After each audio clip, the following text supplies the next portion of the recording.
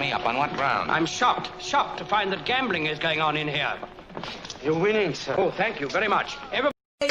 Yay! I picked the wrong week to quit sniffing glue.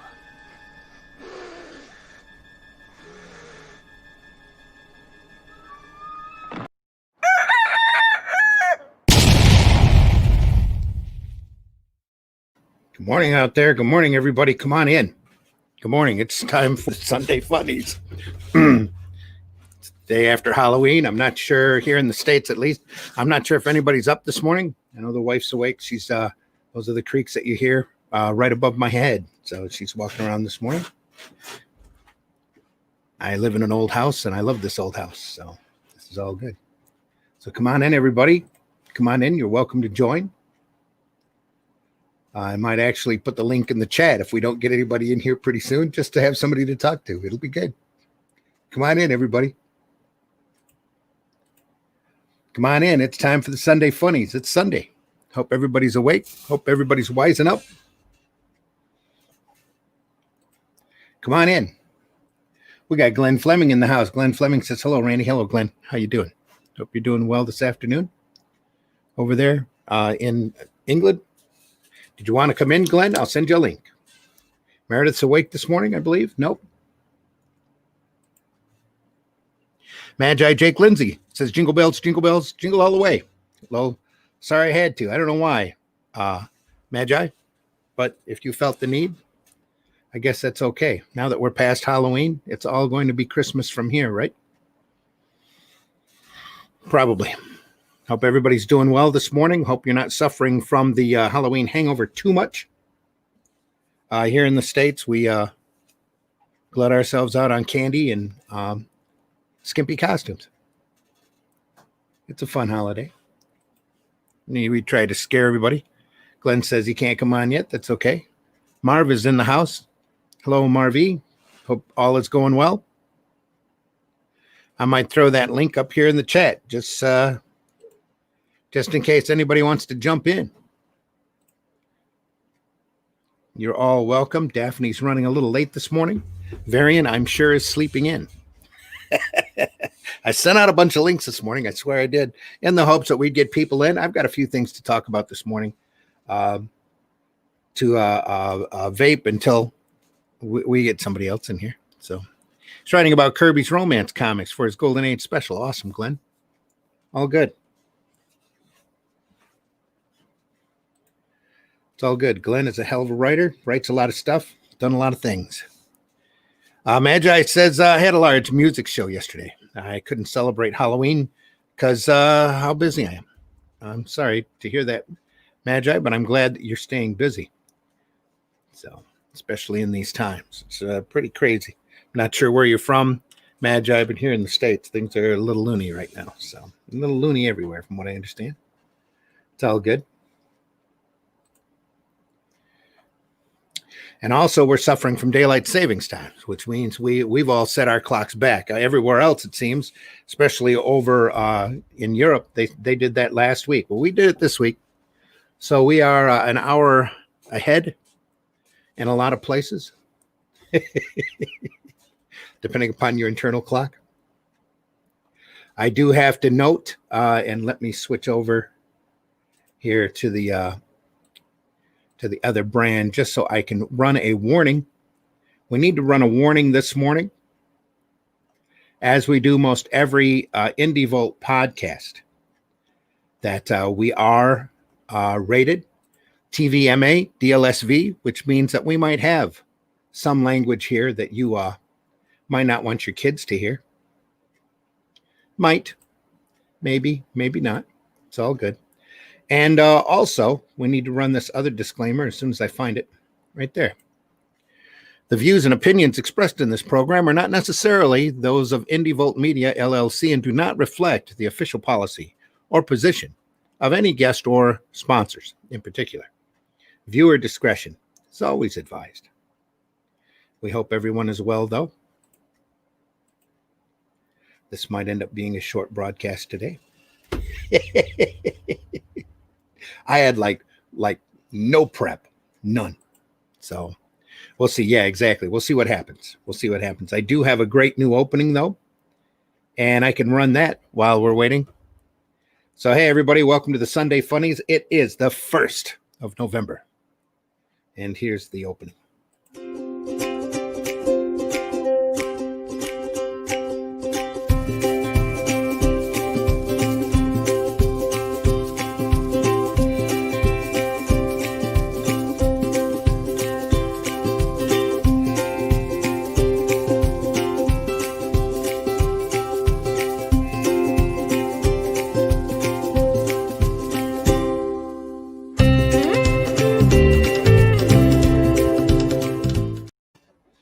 Hello again, everyone. Welcome to the Sunday Funnies. I am your host, Randy Zimmerman. I am a longtime independent alternative creator, designer. That's a great word to use just as Daphne comes into the green room. I've been doing comics for many years, probably longer than most of you have been born. Done a lot of things. Done just about everything you can do in the direct market, including retailing for quite a while. Met my wife while I was working at a retail shop, and coordinated conventions, printed my own publications for many years, and now I'm part of the Indie Volt podcast. We're going to bring Daphne in now. Hey, Daphne. Hey, good morning. Good morning. You warned me you were going to be a little late. Yeah, but it seems like I have some more time, so I figure just might as well just jump in. Oh, okay. Uh-huh. You need to take off then? No. It's just for like about an hour. I'll just like disappear for a bit, but I'll be right back. Oh, that's all right. Maybe we'll have somebody else on here. Oh, maybe. I don't know how that's going to work. So. Oh, don't worry. I'll be here. I can take off my camera here. Put Oh, my camera on and make us smaller so people can see the comic covers. Nobody Yeah. really wants to look at us very large anyway. Yeah, I'm having a bad hair or at least day. me. Are you? I'm having a bad hair day, so I figure I go with the questionable biotech startup look. I used to have bad hair days. Yeah. Anyway, our local TV station. I don't know if you've seen that on Facebook. That's no. Our local TV station decided to put up a card on their station to remind everybody about daylight savings time. Oh no. Yeah. And unfortunately, I have it here. So, but I also need to run the MADLSV just in case somebody takes this wrong. They ran this across television. Oh no. They forgot to put the L in clocks. As it says, turn your clocks back 1 hour tonight. 1 hour. Yeah, that's mid-Michigan. There's a lot of farm country around here. Yeah. A lot of roosters. Well, yeah, that's true. That's true. It could be. That's what it must. That's what it must have been. And not a unfortunate typo. There's some graphics guy that's spending an extra hour of humiliation this morning, thanks to daylight savings time. Yeah, of course. There we go. Jesus. Exactly. That's what I thought. That's why I sent you that PM that said Pure Michigan. Oh, okay. Somebody sent that to me, and I said, "Yeah, that's Michigan for you." There you go. Yeah. Well, that's what is this, like, legit news stations and whatnot, paying that top dollar. Oh, not the local ones. It's always and you're always live, which is part of the fun. Right. We have our Channel 12 ABC affiliate out here has another one that goes around on all the viral bloopers. As one of the newscasters uses one of those point and draw boards. And they pointed out a couple of locations for things and then where it was going. Hey, that one. There's plenty of those. Yeah, unfortunately, she's no longer at the station. Well, it's not like she did it on purpose, but no, I know. People have no no chill. This graphics guy's got to be sweating. We'll talk about this on Monday. Right, yeah, exactly. You made us go viral for all the wrong reasons. Got our logo out there, though. Yay. Yeah, I know, right? At least it's like you have the one guy in marketing going, right in the middle. It's great. Yeah. we're all over Facebook. It's unbelievable. Exactly. We've had 21K shares. Holy crap. It's a Oh, weird industry. It's a weird industry. Marv's in the house. Says Hey, last Marv. night I got out with some lichen friends to hunt, and it was fun. Awesome. Ah, Hope you didn't get too much blood on your clothes. yeah. So it's all good. Oh, what was that? Marv says, "Hey, hi, Glenn." Glenn says, "Hey, Hey, hi. hey, Daphne. Hey, Glenn. I sent you yeah, you were saying that you were writing. I'm kind of hoping Russ will pop in. Oh yeah, because Today. his campaign, I guess, completed. He just cleared his goal, but he will be on demand. So we'll talk about that here in a second, especially if nobody else pops in. Yeah, bon dia. Ralph says only 4 trick-or-treaters, not too much leftover. Oh, now too much leftover candy. Yeah, be careful. Be careful, Ralph. I'm sure there are neighbors or kids or something that could take some of that off your hands. So yeah, but he's just gonna save all the Kit Kats first for himself. exactly. Yeah. Finishing up our card game supplement, Nuclear Risk. Awesome. Oh, lovely. Yeah. Cool. Is it is it nuclear risk? Is it risk with nuclear weapons? Oh, that's okay. A little too topical, I guess. There's a lot of circle discs. Here's where this bomb went off. Right. Boom. Yeah. Oh, but then again, it's like when this whole thing, when this whole great unpleasantness started, and my sister was going, "Oh, it's exactly how I played it in Pandemic." Because there's a literal game named Pandemic. Yeah, It's like yeah. Risk, but with diseases. And he goes, "Oh, this is exactly how I played it." Unfortunately, Yeah. or fortunately, it's not. So Yeah. anyway, I'm sure the death count is way lower. Yeah. Anyway. On a board game, that's for sure. Yeah. Ralph says off topic. When was the first underground comic? Huh? What do you think, Daphne? The Lisco caves, I guess. Are we talking literal underground? Literal underground comic. Yeah. I know I probably butchered the name of that cave thing in France. But, I mean, I would think that would be, like, what was the first dude who decided, I don't know. You're sure it had to be a dude? Yeah, I'm pretty sure. He drew one too many dicks, and he thought that he put him in a book or something. and it had to be a guy, huh? Okay. Comics history is real fascinating and fun. I mean, the first real cartoons, the first real sequential art could be considered underground comics because it was picking at society and being political. That's how they figured out. That's true. Yeah. That's how the newspapers figured out that if they drew a picture, and at the time they couldn't print photography, if they drew a picture of their local politician, that they sold some papers, especially if they put it on the front page. But if they drew that picture of that politician looking like a pig, they sold a ton of them. Yeah, so, there's a lot of iconic Tammany Hall cartoons. Yeah, and but I'm sure it goes even further than that. That's where the Republicans and the Democrats get their elephant and donkey icons. They're from those editorial cartoons from way back when that you found in the newspapers. That's I guess you would consider that. If you look at the current underground movement, that would have to go back to the Tijuana Bibles, probably. Oh yeah, definitely. And now maybe the Chick publications. I'm not sure. I'm not sure when they started, but on the other side of the spectrum. Yeah, it's like those really are opposites of the. But almost the same format, though. Yeah, exactly. But Chick's thinned out just a little bit. So I like the fact that the Jack Chick tracks they actually they changed styles through the ages, like really trying to keep in trend with artistic styles that I saw a couple of them that were done in manga style. It's just really I believe weird. it. Yeah, I haven't seen any like that, but I honestly wouldn't surprise me at this point that there were a lot of them out there like that. Yeah, because I'm sure Chick just let anybody who wanted to draw one. So. Yeah, I mean, because in the end, it's like he figures it's the message that he's putting out that's the most important. But plus you got to stay up with the hip times. Yeah, of course. I just find it funny that he understands that.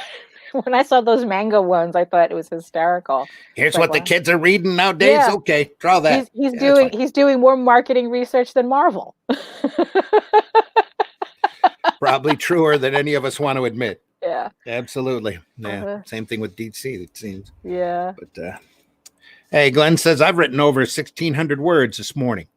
I can never believe people who say they can't get anything done. Yeah. No, yeah, I reached a writing milestone myself. I'm writing the I'm scripting out the last several issues of my Ego Raven series, premiering on Kickstarter January 4th. Ding. There we go. And I just hit a milestone, and it was just like I'm so ecstatic because it means like I'm literally almost done. Like I'm so almost done. I sketched out the exact last 3 pages of the series the other week. It's always good to know the ending. Yeah, no, and this way I know the absolute exact ending. Like this is exactly how the book is going to end, and it's like I'm like, oh my god, I've never done this before. Is it anything like Nuclear Risk? No, it's not. No. I think it has a lot more dragons in it. I don't think Nuclear Risk has dragons in it. Glenn says, I'll come on in a bit. Okay, Glenn. Good. Yep, yeah. You're welcome on. Magi says, here's a hard question. In which came first, the chicken or the egg? Come on, Magi. Well, he must be on our Tinder connection this morning. Yeah. I mean, depending on which evolutionary branch you're talking about, technically the egg came first, but then you'd have to talk about lizards instead. Was it in the early 60s, Ralph asked? No, neither chicken nor egg. Right, they were around before that. Yeah. But the underground books, those Tijuanas probably go back to the 20s and 30s. Oh, yeah. That I remember them picking on Thimble Theater and Barney Google and those types of characters. I wish I had some now and then that I had possession of. I wish I'd have kept them. That's everybody's got that comic book story. Oh, I had a whole bag of books that went wherever. You're right, yeah, and it's like, oh, we don't know where it went, or oh, I thought I could buy more later. And with the hippie movement, Ralph, the real underground movement that started out in San Francisco was really the result of, or is at least attributed to Harvey Kurtzman, who came out of EC Comics, Mad and Gaines. He went out to San Francisco and started Trump and Help magazines. Neither of which, I think Trump might have ran 8 issues. I think Help only ran 6. But during that time, he went out and used a lot of the local artists at the Haight-Ashbury district out in San Francisco. And that included Gilbert Sheldon and Robert Crumb and Spain Rodriguez and a lot of the really true masters of underground work. And they decided to start, Kurtzman kind of suggested to them, hey, you can do your own comics if you want. All you need to do is get a printing press willing to print your stuff and mass produce it and then sell it. So it's an interesting, comic history is really fascinating. Anyway, Joe D. McPhee is in the house. Thanks, Glenn. You reminded me to complete a concept piece later. Yeah, technically we all got an extra hour today, so make the most of it. Yeah. I didn't mind doing the new opening. Did you see the new opening? Oh no, I missed it. Okay. I just slid a couple of extra books. Oh, okay. Books through. So and I changed your Tall Tales to okay. a cover that was a lot easier to see on the screen. Oh, okay. Yeah, my I get complicated sometimes. Magi says I've had a lot of Pepsi. I'm hyper. Uh-oh. Yeah, well, yeah. Too early in the morning, Magi. You might not be from the States then. We're still early in the morning here. Yeah. It's still it's barely after 9 a.m. About 9:20, 9:23 a.m. here. Not sure where it is where you are, Magi. We want to say good morning, good afternoon, good evening to everybody out there, and thank all of our Indie Volt radio listeners. We don't have a number because Varian is not up, and he has all of that tracking equipment. But we welcome each and every one of you for listening in. This is the Sunday Funnies for November 1st, 2020, as we try to discuss the lighter, more whimsical side of comics. More fun things to do, more fun projects. Yeah. Glenn says, welcome, Joe. Everybody's talking in the chat, exclamation point. Because in Ohio, Magi, you're in Ohio and drinking Pepsi this early in the morning. Well, you know, you got to start your Jake. day somehow. I guess.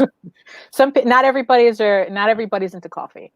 No, but some, at least jump into that Jolt or whatever that other one is. Red Bull. Well, I don't know. I don't know if I'd recommend Red Bull this early. No, I wouldn't either. I remember when I remember when it first came out, and we had a representative come to the store that I was working at, and he was like handing out cans, and I barely got through like a sip or two before I started having heart palpitations. So it's like, oh, I'm good. All that caffeine right on the top. Yeah. Right. Yeah, really. I just stick to coffee, and this morning I had enough time to run out to McDonald's. So there you go. Instead of sitting there and nuking my own coffee. So. Hey, yeah, Russ made his goal here. Congratulations to Russ Leach, friend of the show. He's been on a couple times on the Sunday Funnies. Only death can save us. I'm looking forward to getting this. Past that, I am too. Past that 10,000 goal. I like investing in books that I can't wait to read. Yeah, it's always fun. It's always fun. Yeah. Great stuff. Great art style. The writing from the pages that he put up looks awesome. It's an incredible product, and it's quite frankly, it deserves more than the 10,000 it's already generated. So he's going to have that in demand. That's Only Death Can Save Us over at Indiegogo from Russ Leach. He's going to have that in demand for a while he works on finishing up the book, and we'll be talking about it a little bit more, I'm sure, in the upcoming weeks. It's a nice product. Looks like a 80s, 90s comic. It's got a nice, clean, crisp style to his work. And to me, it still really reminds me of Dave Gibbons a lot, especially his earlier work. But I'm a big fan of the old 2000 ADs and Harlem Heroes and the stuff. That bolder style. Yeah. Yes. Yep. Bold, clean, fun, just real, it just screams fun, even though it's a story about death. Right. Yeah. Yeah. And it has monsters in it and war and pestilence and famine. But right. Yeah. But it's fun. It's fun for the whole family. It's a lighthearted romp about death. Yes. A lot of early Marvel influence there. A lot of Kirby in some of the character designs. Some of the dynamics are there, very Kirby-esque. So there's a little Kirby crackle right there. Oh, I was like thrilled when I was watching Into the Spider-Verse, and they actually animated that. Yes. They had animated Kirby Crackle. Well, Spider-Verse is the kind of movie you have to sit through 3 or 4 times. Oh yeah, to catch all the little details. Yeah. I've only watched it twice, and I still catch stuff that's really crazy. I mean, just the fact that they even like animated, like even said, you know what, we're going to animate Sienkiewicz paintings. just they deserved an Oscar just for that. Well, I love the thought that they recognized that there's all sorts of different styles and all sorts of different directions that you can take, not just Spider-Man, but comics in general, especially superheroes. And that they weren't afraid to bump those styles into one another. That was a lot of fun. Yeah, it was. It was. I think it was like very underrated. You know, it's like I don't know what it lost. I remember it losing out to whatever like Disney garbage came out that year, and it was such a shame. No, it won. It did. It did. It won the Academy Award for Best Animated Movie. Oh, good. Oh, probably because Disney didn't put something out that year. No, I honestly think they did, even though it was Sony. Sony did it. But, I mean, Spider-Verse. But well, you know what? Good for them. Yeah. It was so groundbreaking. I believe that was the same year that Black Panther hit, also, and won all of those awards. Yeah. So there are just some movies out there that hit those kind of milestones. Hopefully, especially with Spider-Verse, it'll be a touchstone for quite a while. Yeah. Hopefully. Hey kids, you want to animate a funny superhero book? Here's about 15 or 16 ways you can do that. Boom. Right, exactly. Yeah. I Just mean, it's a major work. Yeah. I mean, it's just a shame though that in the United States that you need like an outlier like Spider-Verse to come out to show that you can do something different with it. When like in Europe and Canada, it's like you get like all these different types of animation styles just existing. Yeah. You just get used to it because like one of my favorite foreign animation, which is based on a comic by the way, is called The Rabbi's Cat.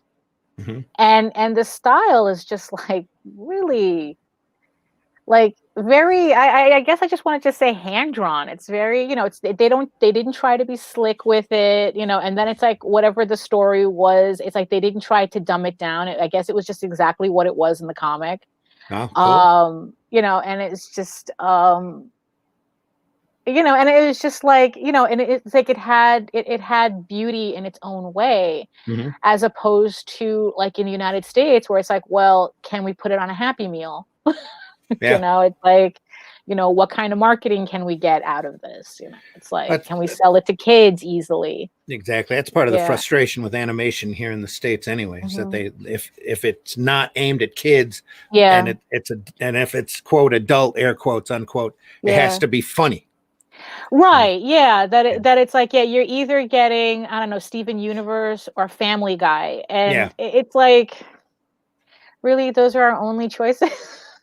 It's like, Or even when mm. it's aimed at kids, it's not aimed at kids, like Rick and Morty. Right. Yeah, Holy exactly. crap, Yeah. that cartoon's amazing, and it's not for kids. Right. But unless you get an older teen that you want to teach string theory to, Huh.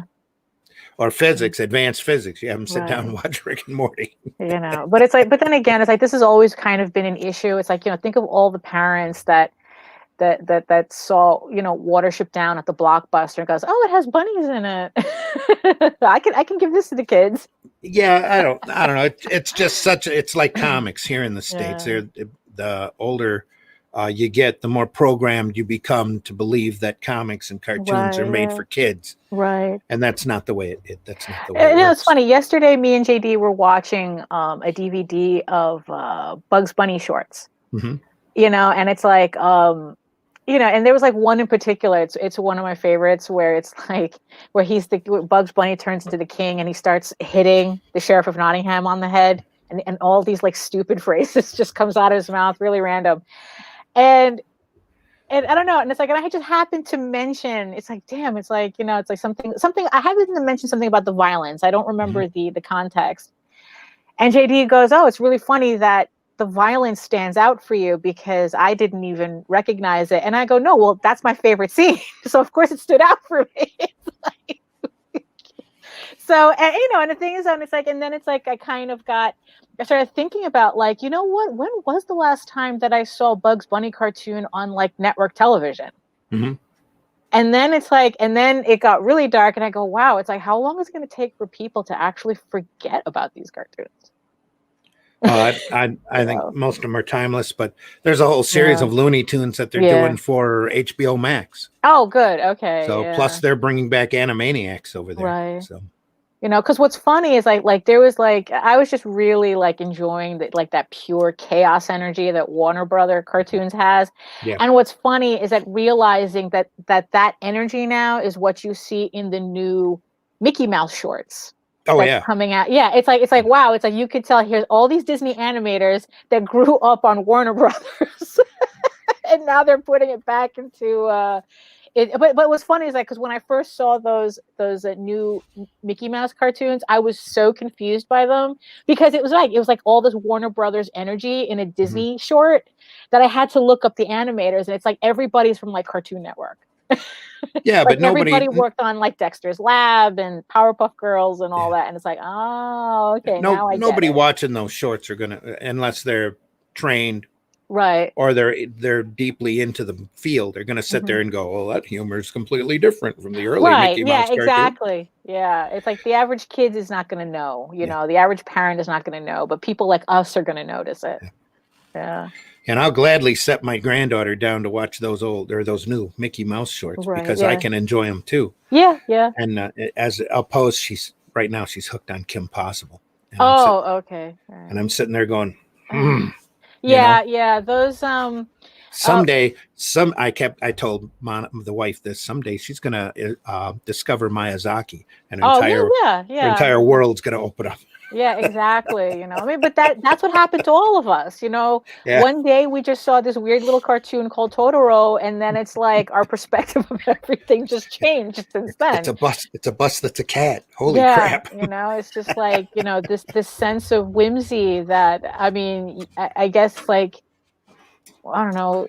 Or spirited away, even though you Right. don't totally understand Japanese culture, or you might Right. not. It's still, you can just still sit there and just enjoy the imagery. It's amazing. Right. I mean, yeah, exactly. So it's like, yeah, that's how. Yeah, so I kind of wonder. It's like, like, what's going to be like the thing that these kids are going to say when they're older. It's like, oh yeah, I watched this and this changed my Yeah. perspective of Yeah. everything. Yeah. Got a show at 10:30 for a birthday party. Oh, Got to stay awake. yeah, exactly. Hour Get to the drive, party yeah. safely. Yeah, good luck on that, Magi. Good Yeah. luck. Randy, can you talk a little about the horror comics? Oh, I want to yeah. know as much as I can, but I don't know where to find videos about it. I know EC, but what can you say about it? Marv, there are all sorts of really great books about different points in horror comics history that are out there that if you snoop around through IDW or Amazon, every once in a while, you're going to catch them at a good price, or scout the local conventions. I'm not sure. I know I know you're over in Portugal, Marv, Right. and I don't know how much American product ends up over there, but there have been some really awesome books about some of the more unusual horror comics periods that have been out there, especially in the 50s before the code kicked in. Go Mike ahead. Klug. I mean, JD. Oh, has that's after the beautiful. code. The Oh Plug well, is yeah, 70s, but I yeah. mean, if you're looking for more stylistic, I mean, Oh, yeah. anything by Mike Klug is. There's is a whole iconic. period in the 70s there of Marvel comics that are just amazing. Right. The Tomb of Draculas by Wolfman and Gene Colan and Tom Palmer, just amazing. Those are all available on Essentials.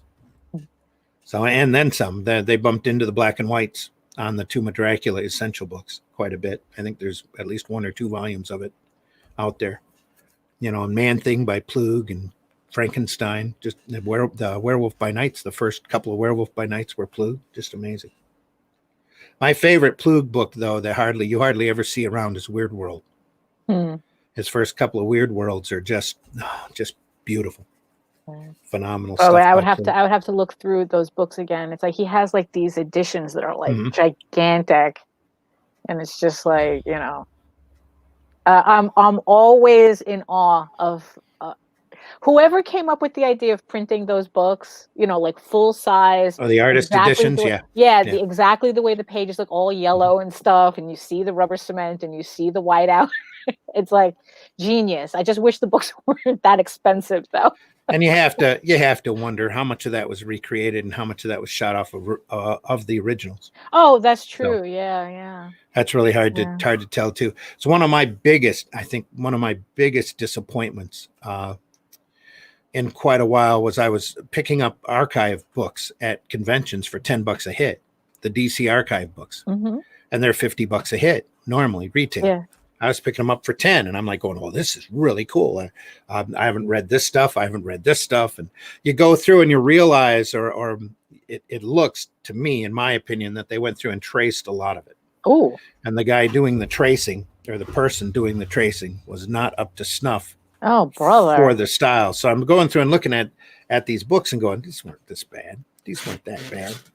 But that sounds really weird. It's like, why go through? I mean, someone just tracing it. What? Because they didn't have the artwork? Oh, really?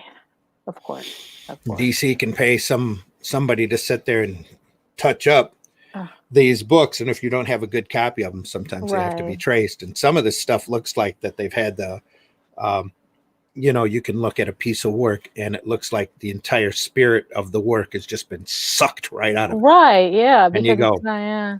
So these guys were working on a deadline, and some of this stuff was done over a Right. weekend with 10 No, people you're in the just house. tracing. Don't worry about it. But these these artist editions were Right. really Mhm. just I had they were really a big disappointment for me. Right. So It's kind of like you have to be real careful bootleg. anymore. Yeah, it's like that bootleg artwork you see on eBay, and they say, Mhm. "Oh, this is from this artist," and you look at it, and it's like, Exactly right. "Oh," like there's this really there's this Star Trek by Hirschfeld that for the longest time I thought Hirschfeld, like, was he drawing this while having a stroke or something? And it turned out that at these conventions, I guess, like, people wanted this piece so much that Mhm. someone did a really awful tracing of it, and was Yep. selling the tracing, and it was just like, and it looked horrible, and it was just like I said, for the longest time I thought Hirschfeld was kind of, did he hack this out? What happened? I was Right. blaming poor Hirschfeld for something some hack actually did to try to make a buck. Mhm. Yeah. Sorry, I'm reading my notes here. Oh, okay, sure.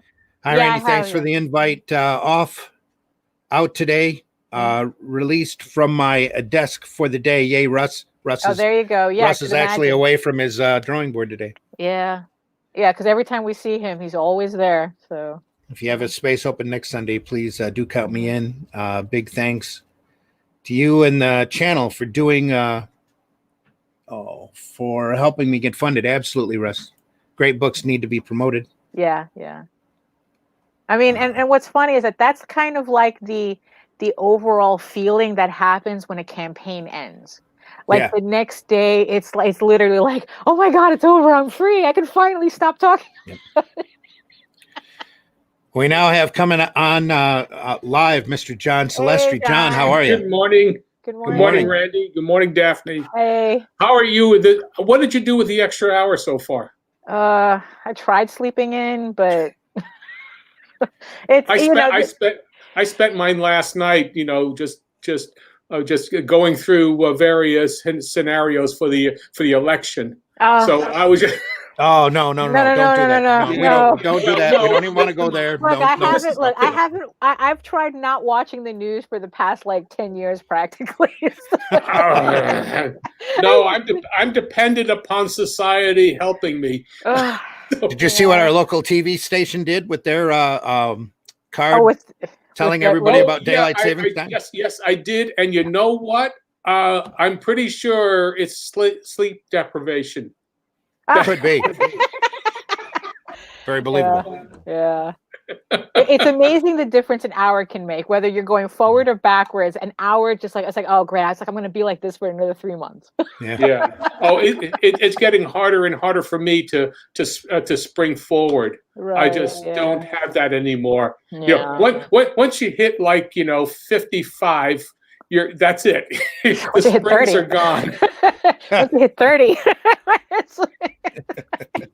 Well, I remember when I hit 30, I was saying, wait a minute, I'm sounding like my father. Suddenly it was like this, everything started to kick in, and it's everything hurts. My knees, my back. Yeah. Suddenly the sink seemed a lot lower than what it used to be. Yeah, exactly. There was more of a bend. Yeah, it's like I had some part of my house rewired, and I told the electrician, to raise all the outlets so that I didn't have to bend over so much. Did he look at you like you were crazy? No, I guess it's just one of these things that seems to be a trend now. So luckily it worked in my favor. Well, that's good. So I mean, but yeah. We were talking Looney Tunes before. I can just see him bending over and going whoop right up the wall. Yeah, exactly. Is that good for you? Is that good for you? Uh-huh. Well, there was a house. Talk about bending over and whatnot. There was a house that we were looking at. This was many years ago, and it was. And we went into it, and we were looking at this house, and it had been fixed up a number of years ago, and then suddenly we realized all the counters were raised up. I was saying, what what's going on? Usually you think loud, they would be lower, but it turns out that the couple that that owned the house and was selling it happened to be over 6'2" each. You know, the wife was 6'2", the husband was about 6'8", so everything was raised up. So suddenly we all felt like Munchkins. We all look like this over that the was counter. a no-go for us. Yeah. Yeah. When we moved into our house, it was about 25 years ago, I think. The lady that lived in the house before us was very short. So we had the opposite problem. We had nails in the wall that were about 5 feet up, you know, and then we had to raise all the nails for pictures in the house up a bit. Funny. Yeah, that's. Yeah. Well, and another thing, what I noticed, and we talk about, height, referencing. If you look at a lot of the of British films of a certain time period, the door frames are almost right at the ceiling. Yeah, everything was lower. And then when we were living in Rhode Island, in Rhode Island, we realized that the most of the ceilings were 7 feet, not 8. To contain the heat. Basically, that's what that was. Oh, that's funny. Plus, depending upon when it was when it was made, people were shorter. Yeah. In the 1700s, 5'2", 5'3" was your average height. So. Oh, so I'm average in medieval times. Not even that far back. Probably 1800s. Or the 1860s, late 19th century. Be about right. Yeah. Well, that's before vitamin D came into play. Right, probably. Right. Joe McPhee says, good morning, John. Good morning. Good morning, Joe. Good morning. John and Daphne, I didn't have you introduce yourself to the radio audiences either, and I'm sorry for not doing first. that. Right. Thank you. We should probably do that. Right. Okay. So, hi, my name's Daphne Lage, and I am a cartoonist, illustrator, and comic book artist hailing out of New York. I am the artist of the funny animal fantasy comic Tall Tales and the upcoming Ego Raven, Heir of the First Unicorn, premiering on Kickstarter January 4th, 2021. Awesome. You can check out my work at Tall Tales, TAILSonline.com, and sign up for updates. And you can also do that at my YouTube channel at Daphne Lage, Lage Art. Also, John Celestri is here. John. Yes, I'm John the Animator, John Celestri. I'm a veteran of the animation industry for 45 years. I animated Boba Fett, the Star Wars Holiday Special. I animated on Dragon's Lair, Space Ace, He-Man, She-Ra, Rock and Rule, and a bunch of well-known Batman commercials. And I do my own comic books now, a line of. I expanded my line, but it's basically goes from 4 years old all the way up to when you can't read anymore. So, and John, are your original campaign still running? Oh no, I'm in demand at Indiegogo. Indiegogo. I funded on both Kickstarter successfully on Kickstarter and Indiegogo. I'm now on in demand through Indiegogo, and so we still have we've shipped the books are coming from the printer, so I should be able to start fulfilling next week sometime. Sweet. In time for Christmas, but I do have more perks, online for $2, and you can get PDFs of a brand new series that I'm doing. So anyway, but you can see on Indiegogo through John Celestri Comics. John the Animator Comics? Or John Celestri Comics. Or John anything Celestri that says Comics? that. Yeah. Yep. Good. Also wanted to take a second out and talk about another friend of mine, another campaign that I've bought in, and that has just been put over to Indiegogo in demand as well. And that is the collection of the Adventures of Simone and Ajax by Andrew Peapoy. And I've had the pleasure of printing Andrew's work back when I was doing Arrow Comics. In fact, I had the pleasure of printing Simone and Ajax back then. But this is all new material, 128 pages of color material in a nice hardbound book It's really pretty. Andrew is a really good creator. It's the adventures of a young woman, I should say, named Simone, and her best friend, who is a green dinosaur. Not her pet, not her sidekick, but a really good friend. And the different adventures that they have in different points in time and space. And it's a lot of fun. It's a very bright color. Andrew has been a workhorse professional in comics for decades. Real, yeah. Has done everything from Fables to Sonic the Hedgehog to Archie comics to a lot of varying different inking work. And this is his own creation that he does all on his own, except for the coloring, I believe, is done by a friend of his. And you can see the quality of his work right there. I think that this is just a great book. I was really happy to buy in on this product. We're very happy that Andrew has put this over on demand over at Indiegogo. That's The Adventures of Simone and Ajax by Andrew Peatboy. So if you get a chance, take a look at that and buy in. It's a good product. You're going to enjoy yourself. It's, again, just like Russ Leach's book. Yeah. It's one of those books that when you see the quality on it, you just have to buy in on it. And the same with John's book. You take a look at John the Animator comics. I'm looking forward to reading those to my granddaughter.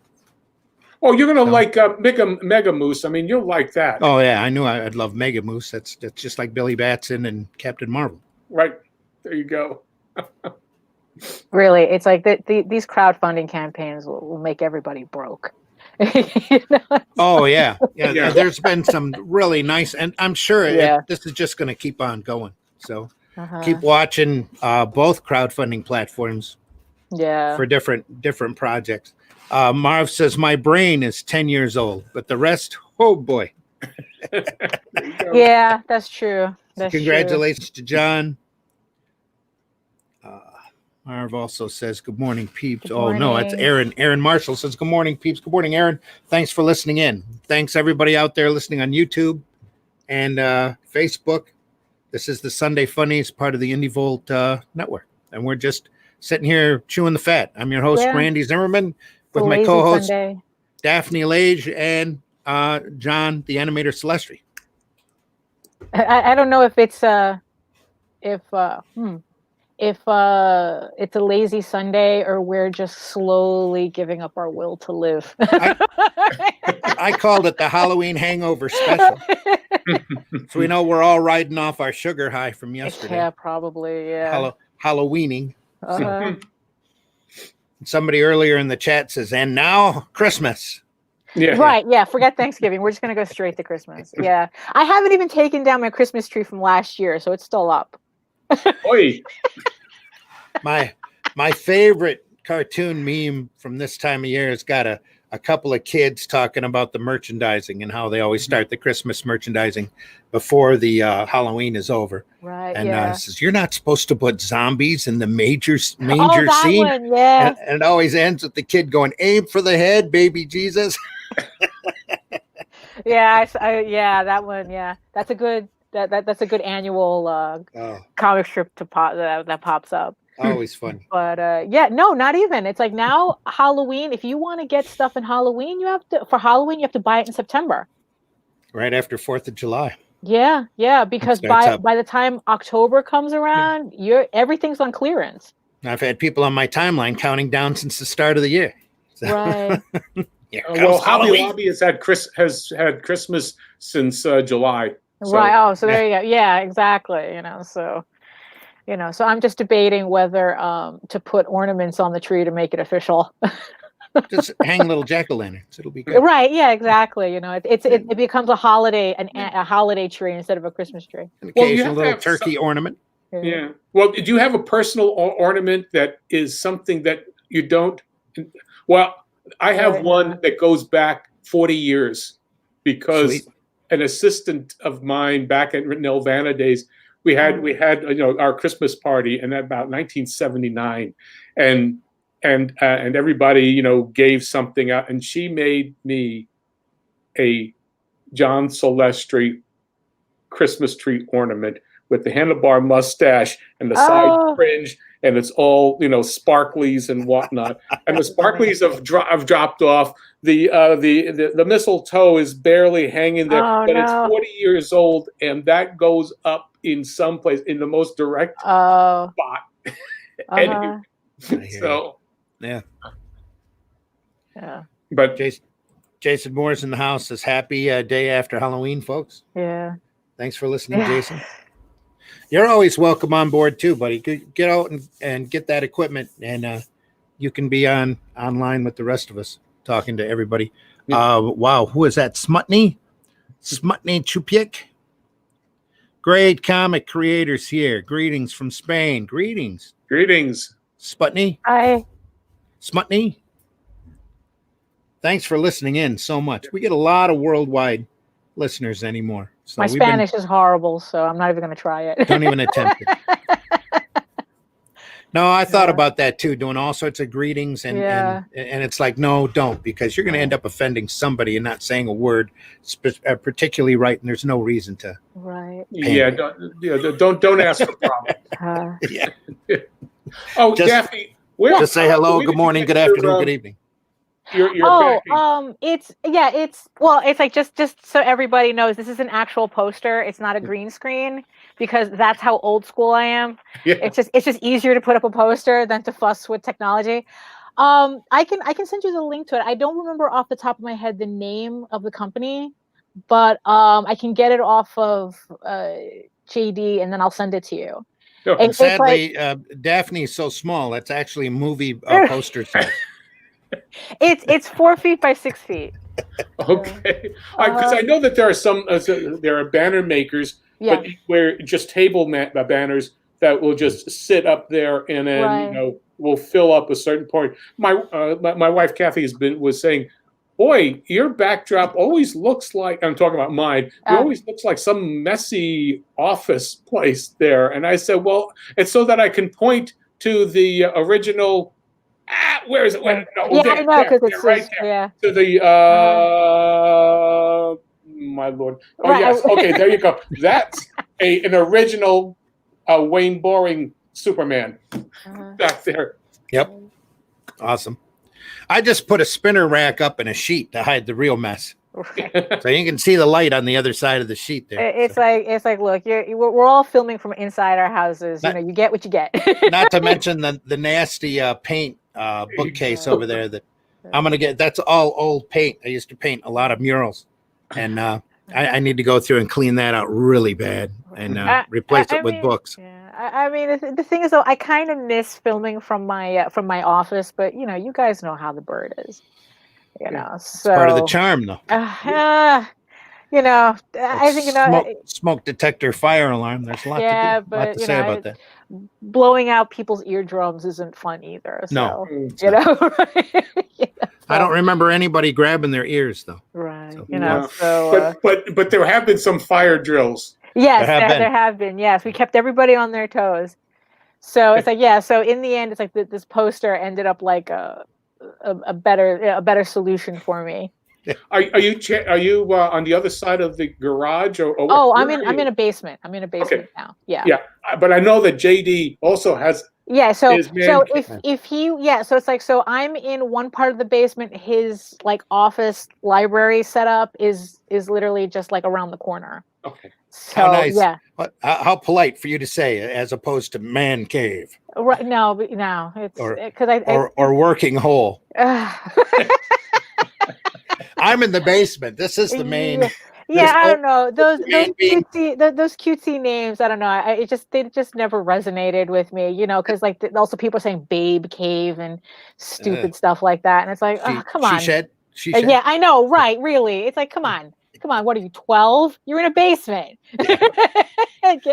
This is the main beam for the house. Right there you go. So, you're in an attic. You're in a library. You're over the garage. I mean, there's words for this. just technical words. I'm in the basement, and there's clutter. It's just clutter on the other side of that sheet. So. And then my entire back stock of what I personally have left of what I've done on the other side of the spiral rack, the workstation there. Of course, Viking Yoda. Yes, of course. There you go. You know. No, because because it's like what's funny is like depending on I don't know those types of backgrounds, you know, they just add so much personality, you know. So it's like that. Like I said, that's why I kind of miss being in my office because like you get to see my junk in the background too, Yeah. you know. But you know, Well, with Andrew Pete Boy, he sits in front of a bookcase with all of these Oh, yeah. phenomenal books. He's got Yeah. original art up above him and his Eisner Award sitting No, on a bookcase. that's also my favorite thing too. It's like when you can tell that people literally sat down and thought about, okay, the camera's going to be here. What is it going to look like? What is my house going to look like behind it? Yeah. I did the same thing. It's all crap. Right. It's just I got a lot of comics on the spiral rack, but other than that, yeah. And I that Ingram box and on top of that, those are old, you know, hardback copies of the mysteries we self-published back in the 90s, and I can't get rid of them. You know, I just don't feel like getting rid of them.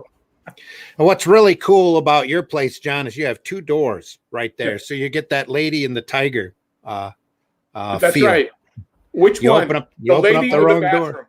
The lady or the bathroom. I was thinking the downstairs or the attic, but anyway. No. Well, I'm in the downstairs. The this dungeon.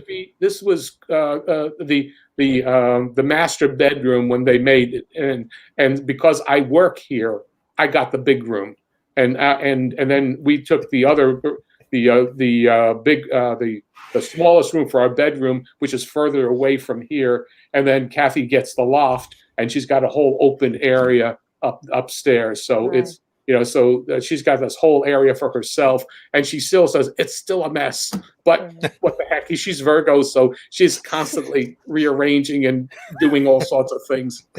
I got kicked down to the basement. But anyway, the wife inherited her mother's book collection, and that's on the 2 stories up. So she's got her own like reading room library up there, spare bedroom. Where's your couch? That's what I want to know. Where's your downstairs? Is there a couch for you to lie down? No. Okay. We're still working on that. We haven't. JD is very particular about couches, so so we haven't found the right one yet for the basement. I'm that way about my lounge chair in the living room. So that's a big easy chair. That's what I call it. It's a place when you've worked most of the day here in the basement, you want to relax. You go upstairs to the living room, you turn the TV on, you sit in the chair, and then you forget everything after about 10 minutes because you're sound asleep. You know, so the wife's constantly waking you up, and you know. Go to bed. It's like you two will get to a point where you'll be regulated to the basement and discuss with your friends different types of couches. Yeah. There you go. Well, we don't have a basement. We have a slab. So that's where you go. Don't ever, just as a hint, don't ever start talking to Varian about file cabinets. Why? He has his particular style that he is just madly in love with. There you go. He'll start pulling them up and sharing them on the screen. Oh, this one here. Oh, look at this. This is yellow. This is cool. I'm getting this one, you know. And Krista, IKEA is a dangerous place. Oh, it's not. It's some particular brand of office file cabinet that he's crazy in love with. But anyway. Yeah. Anymore, there's the need for file cabinets just keeps dropping and dropping. And oh no, it's like what's horrible is like there's this cabinet that I have that I hold on to. The thing is like rickety as anything, and it started life as you're supposed to put your tower inside of it. Mm-hmm. And of course nobody makes that anymore because usually I think like everybody either like enough people transferred over to like all-in-ones and laptops that not a lot of people use towers anymore. So I can't find a cabinet like that with those exact dimensions because not only was it perfect for a tower, a computer tower, it's also perfect to store comic book pages in it. Yes. Yep. So I'm trying to I'm literally considering like I maybe at worst I can get somebody to like build an exact replica of this because I cannot find cabinets that I can just store my comic book pages in. Well, keep looking at garage sales. Right. and, Yeah. and keep your eyes open for office sales, because there's more and more offices going out. Well, especially with you being so close to New York City, there's Right. got to be a wide open and a couple of outlets there that sell office furnitures at discount rates. I'm sure. Yeah, I'm sure that there are certain places that do that. Yeah, especially now that a lot of companies are like kind of like abandoning the office system. Mhm. You know, much to the chagrin of real estate agents. Yeah. And now that architectural firms have Yeah. everything digital, they really Mhm. don't need to keep everything in drawers. You can usually Right. find a good drawer cabinet if you keep your eyes open. Right. Yeah. Yeah. Especially wide enough to put all your artwork. Your Yeah. 8.5. Your 11 by 17 sheets. Yeah.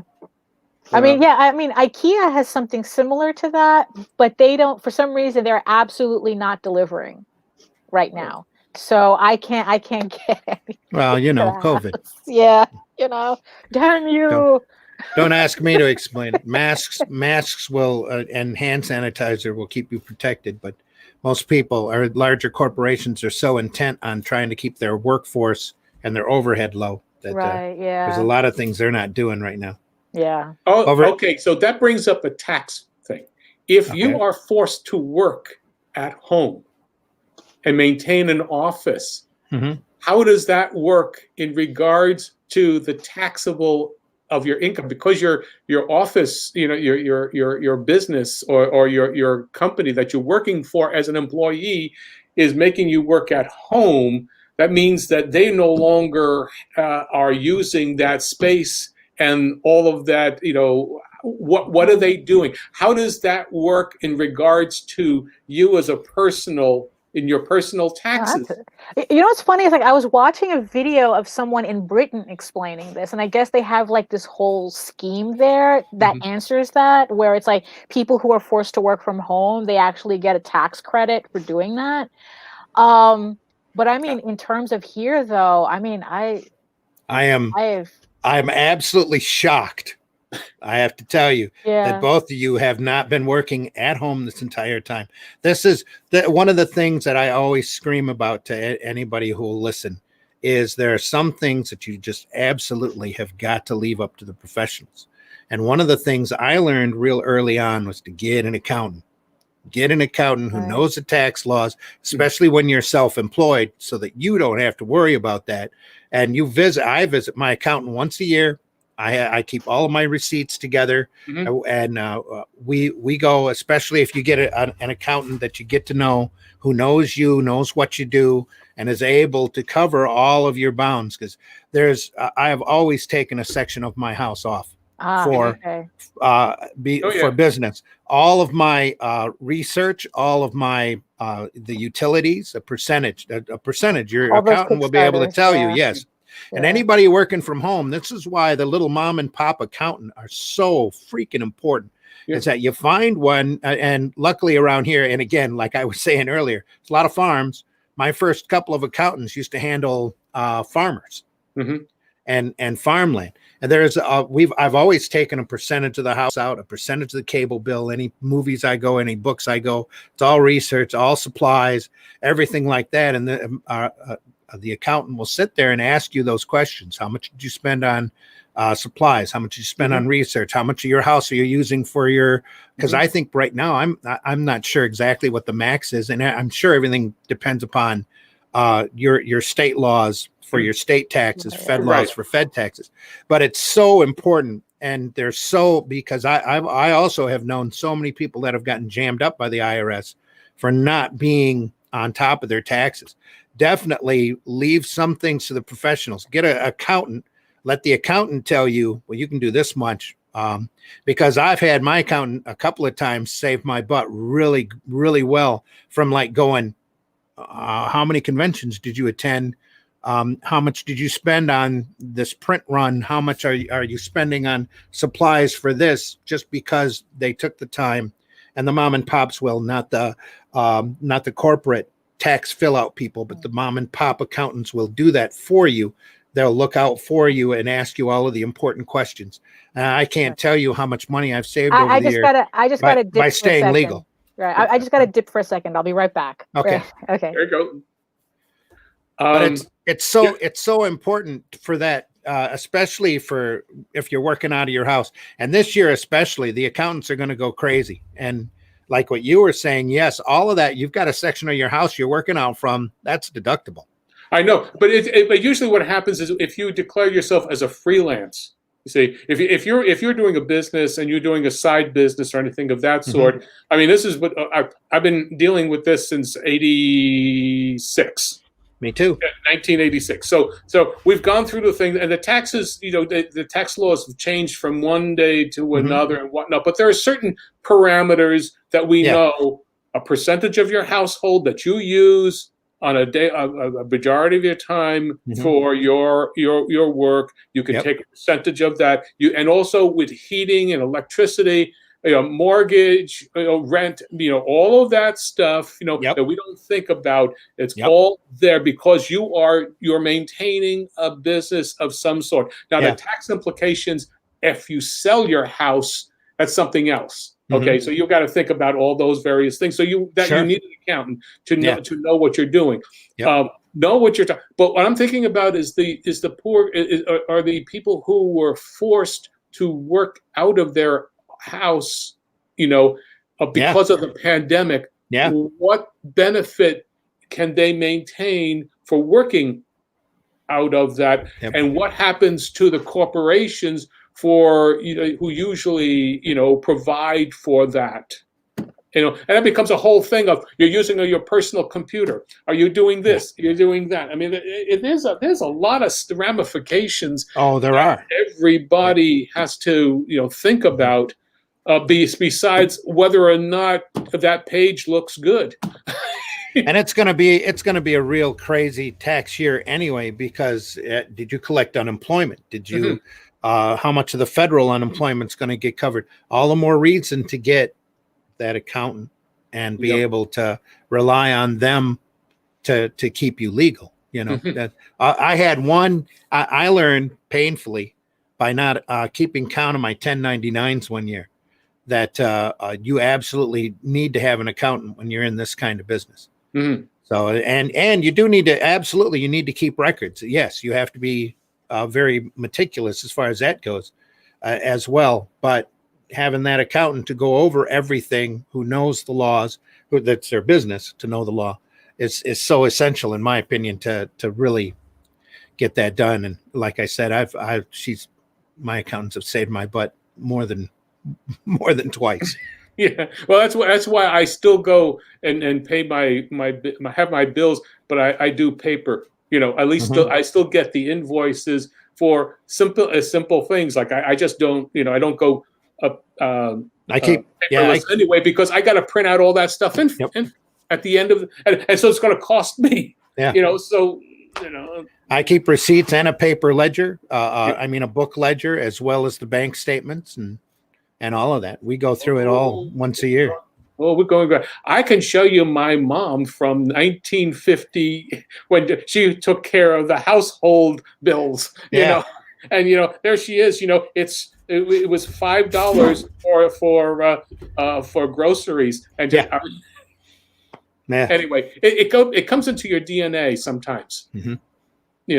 That's the way it is. But also, though, a lot of us creative types, it's not in prominently in that DNA as far as math and being meticulous and keeping track of stuff, especially if you're in a creative and artistic nature. You're just a little, let's say, eccentric, and you have your likes and your eccentricities. That's why sometimes you need professionals. I tell everybody, accountants and plumbers, they're the two professionals that I go to, because I can't plumb at all. Yeah. And accountants, I just want to make sure that everything's good and straight. Yep. Jason says, when I do finally get set up for video, I'll be shooting in my study. Cool. Good. Yeah. Okay. That's a spare bedroom to you and me, but it'll be a study. Yes. I have a question for John. I know that using the same footage on every episode to save money was the usual thing to do back in the day. But do you think that using those same footages Marv, you need to give me the second part of your question. It's not there. So we have Glenn going, that's why the accountants get all the cash. That's why they're it all wrapped up. Yeah. Okay. I don't pay my accountant a lot. I think my accountant's more than worth what I end up paying her. But like I said, I also keep meticulous notes. Mm-hmm. So your accountant, most of these accountants will charge by the hour. So if you just run up and drop off your shoebox full of receipts and tell them good luck, that's going to be a completely different charge as if you're sitting across from them for under an hour and they're asking you, well, how much did you spend on research? I spent this much. How much did you spend in supplies? I spent this much. Oh, and by the way, it's like, JD says hello to everybody here. Hello, JD. Okay. So, yeah, it's like we're talking about like actual like small accountants, not like H&R Block or whatever, like, Liberty. I didn't want to mention or disparage them by name, but but the thing is that what it is that because I've used those types. And yeah, you really want to go with the small accountant because like what they're doing is the equivalent of just filling out the online stuff for you. I mean, even they tell you they're not accountants. I had my daughter use a professional tax service once because she knew everything. Right. Oh. I'm not using Dad's accountant. Right. I'm going to go over and use this professional service. The following year, she used my accountant and they refiled and they got a lot of money back. Right. Yeah. You see, that's the thing. Yeah. So they're only a lot of these corps are only trained to do the form. Yeah. Exactly. That you could do yourself online. So, just to clarify, there is a difference between the two. Yeah. They're not really trained by the law per se. They're trained on how to fill out that form. Yeah. Yeah. And they don't know whether, and if there's a little change somewhere that might really benefit you, they don't know that because they're not reading up on it. Right. No. Yeah. So they probably do a refresher class once a year on how to fill out the form. Right. And they're expensive. And so we only ended up using them, I think, like twice. And then it's like, this is wrong. This is something wrong here. Well, unless you are making huge differences in your, I don't know. I basically my tax situation has remained constant over a number of years, and so therefore I know what the circumstances are. So I do all of my taxes myself because I'm not paying anything, and so that there are certain things you become aware of what your limitations are, and you don't have to go and pay somebody else. So I take that $100 and just say, okay, that's something I didn't have to pay for because I'm not paying anything anyway in taxes or whatever it is, a certain amount, or I know what I've been on the phone with the IRS and say, now, why did this go wrong?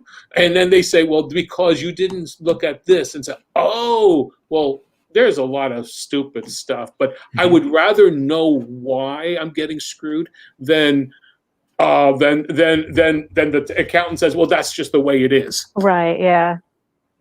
All the more reason to use a mom and pop accountant who's not afraid to answer those kind of questions. It took me being audited once. Yeah. Oh, and like I said, I forgot a 1099, and that particular client got into particular bad set of trouble. So they went back and they audited everybody that they found on his bookkeeping. Oh, there you go. They caught me for about $1,000 when all of the penalties were added in, and that was one lesson that I decided I was going to learn, and ever since then it's always been with an accountant, not a service. Right. You go out and you find a CPA accountant. Every accountant I've used have always worked out of their home, usually out of their basement office. They're in the same situation that I am, only they do taxes as opposed to comics. So it's just worked out so much better for me. And I can't tell you how much I've saved over the years just by making sure that everything's copacetic. Right. Yeah. Plus, you have that accountant's signature there. That's an extra added discouragement to anybody at the IRS office going, well, we're going to catch this guy and audit him again. Right, yeah, because Like, that's because nope. I read that statistically, like small Learn that. businesses, Yeah. the small businesses and individuals are more likely to be audited than large Mhm. companies and wealthy people, because corporations and wealthy people, they know how to make it complicated enough to frustrate the investigators, Yeah. so they just go after us easy folk. And I also have Yeah.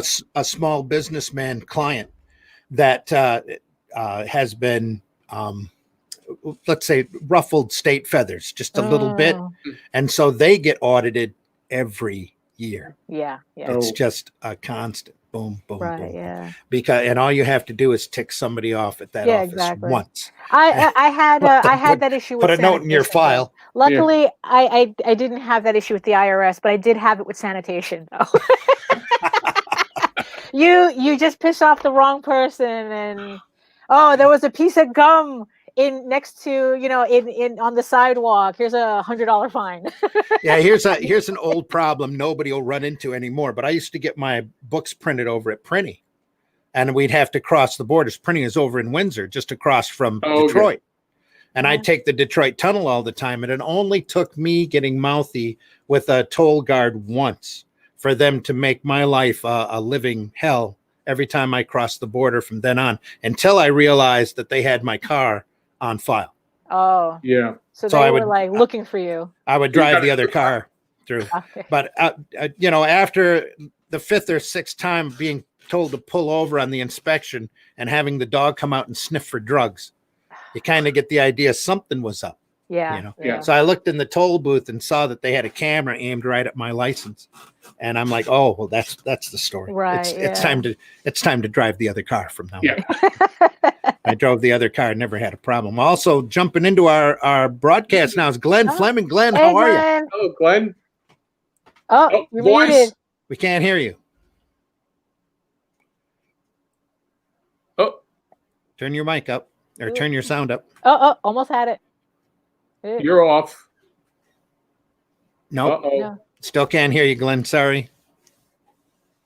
You might have to go out and try to come back in, Glenn. Poor Sometimes Glenn. the software is just picky. Yeah. All right. try to come out and then come back in.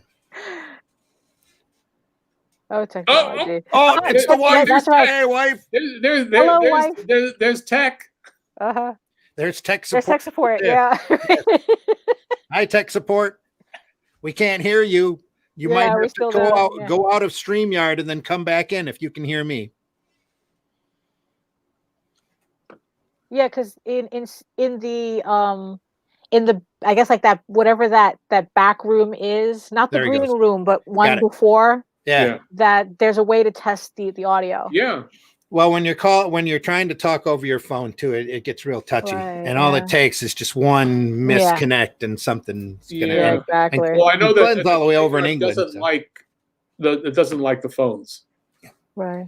You know. one goofy satellite link and it's done. So Mhm. Well, or maybe that's just part of the lockdown that England is now having. You know, you can Let's you can hope not. see in, Yeah, but you I can't go know. out. You know, that's a possibility. now, I know Ireland's locked down really hard right now for at least through November. Scared. Yeah. Yeah. Having family members that work for Internal Revenue Services, having an accountant that knows the tax law pays. Yes, absolutely, Joe. Mhm. Yep. Marv says, I thought that was Marv. I think I need to go one up. Mark, Well, was the main reason or why those animated series ended, like Tarzan, Lord of the Jungle? Oh, that goes back up to his previous question about reusing footage to Well, that save was money. wasn't that all Filmation stuff? Well, no, Right. reuse goes back to the original to Silent Days. Mm-hmm. You know, basically, it's planned, and it's how well you plan the use of animation so that you use it in the certain in particular areas. You go reuse refielding things with cameras and whatnot, and just cycles and things of that sort. So Filmation didn't invent that. Oh. Paul Terry, reuse cycle. Everybody used back in the day because you're trying to make the most of what you had. Yeah. So that's how you would do it. That's how you would do all that footage. I mean, all that Disney stuff. There's so much, early Disney stuff of the 20s and and the early Mickey Mouse's constant reuse. But the thing about it is that you have to do it judiciously. Mhm. I think the series end because people don't want to watch them. Oh, Basically, that's what it boils down to. I mean, I've seen reuse of live action footage on Hopalong Cassidy films. Live Sure. action where Oh, yeah. where they if they did something, it was cattle drives, or they had a call to get all the hands to get onto their horses and whatnot. I've seen the same footage reused in 3 or 4 or 5 shows, of movies back in the 30s. So it's nothing new. It's just knowing what your budget is and how to make use of the best use that you've got. So there was a documentary with Floyd Norman that we saw a long time ago. I don't remember the name of the documentary, but if you look up Floyd Norman, he's and he was talking about, like, especially during the 70s, like, reuse of animation at Disney became huge.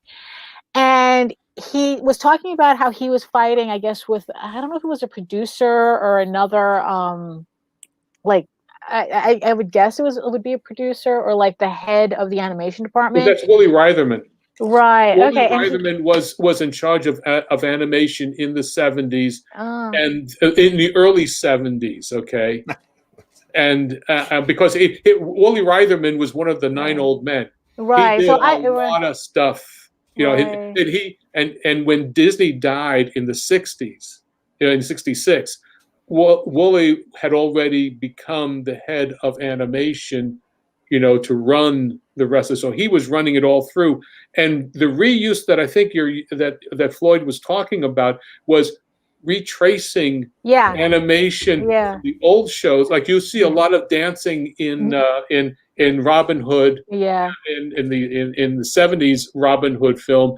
That's a lot from Snow White. Right. And the thing that he was arguing about specifically was that he was being told, him and the animators were being told, just trace these. And he was like going, why? It'll be faster if we just drew them out ourselves. And he says, no, just trace them. Just do what I say and just trace them. I mean, so it just reminded me of that whole thing. Well, also watching the old Filmation Tarzan series that Marv, I think, was talking about. Anytime Tarzan moved from point A to point B, they used the same rotoscoped footage of him jumping and swinging and running. And it got to be pretty repetitious after a while. I think they did a Zorro series like that too. Yeah, I remember. Every time he had to go off from point A to point B, they used the same footage over and over again. Let's try Glenn Fleming again. Okay. Let's not leave him in the green room for too long this time. Glenn, how you doing? Oh no, we still can't hear you, bud. I'm so sorry. We're going to have you on again on a regular show on a regular time. Glenn. Do you have your sound off? Your microphone is on. You're not muted. You were muted now. Now you're not. Is it plugged in? Is it plugged? Oh my goodness. Let's try everything. Let's not, we're not being offensive. We're just trying everything. He's on his phone. Is your red light on? Is it blinking? Because also, I think it could be on the phone. You have to give the app permission, and if it doesn't have permission to access anything, it won't allow you to go through. Well, it's always funky going from a phone to StreamYard up here anyway. So I'm so sorry, Glenn. We'd love to have you on. They're trying. They're trying. Keep trying. Oh dear. He'll come through one of these days, and then we'll all echo, and it'll be great. Oh yeah. You can see, sorry for the radio listeners, we're trying to get Glenn Fleming in. He's a writer out of Great Britain. He has a big bookcase in his background too, with all of his research material. Right, yeah. It's called a shelfie. A shelfie? Is that what it is? Yeah. Oh, Glenn, we still can't hear you, buddy. I'm sorry. Yeah, something wrong with the audio. Yeah. And Well, the there's audio's also just a not lot hooking up going today. on. I'm just watching everybody else's sort of flickering and changing, and my screen is fine, but I'm seeing that there are times where the sound is cutting out from you and Daphne and Randy. So there's a lot going on the internet. That's What's funny is that, like, I saw your little message that the sound is breaking up, but everything sounds fine on my end. So I don't know. Yeah, everything's been good here. Yeah. So, okay. But it's all been looking good, except for Glenn's voice. That's the only thing that's been stopping us so far. Yeah, exactly. Yeah. No, it's more like StreamYard. Well, Yeah. It's either StreamYard or people's Wi-Fi or the computer connection. It's always that hierarchy of things that could go wrong. Yeah, that's about it. But technology is wonderful until it screws up. So yes, that's all you can do with it. But it's better than the tin can. Right. The string.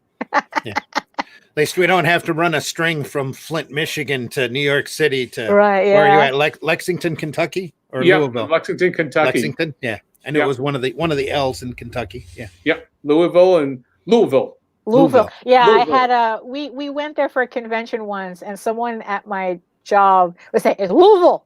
Louisville.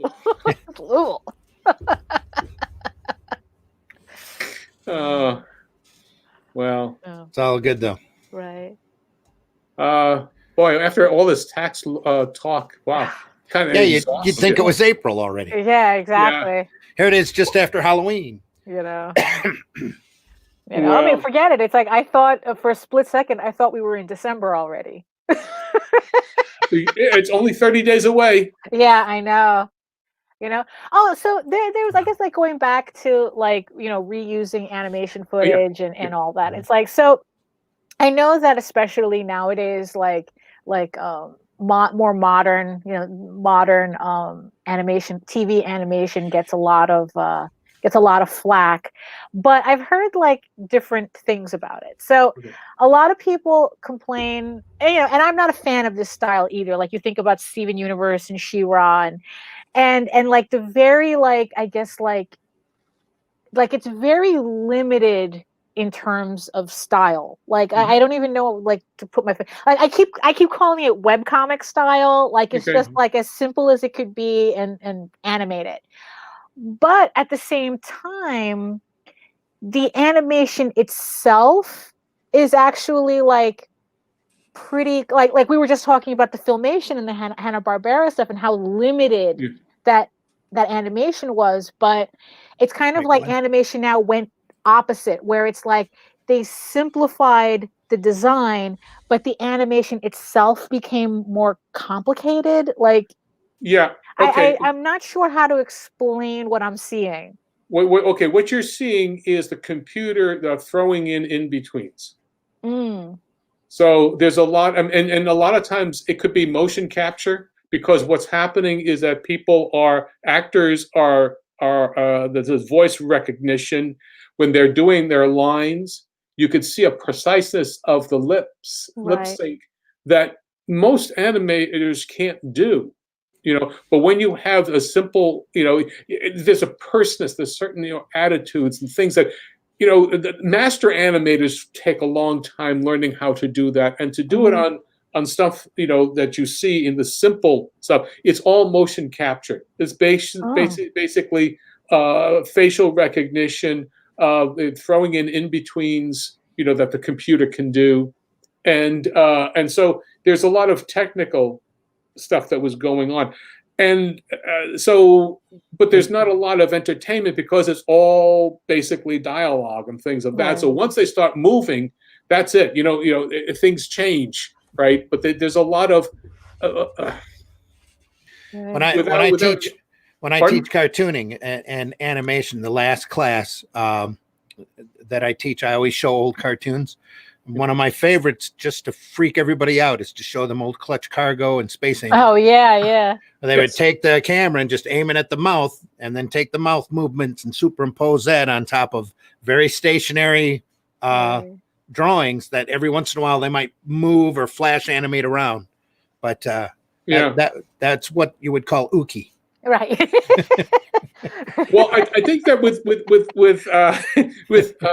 Norm, what he was talking about was Woolie Reitherman knew that the movement of a particular sequence that he wanted to use had already been okayed and run through and proven. So therefore, why restage something that would be difficult to do? Because you have to shoot that live action.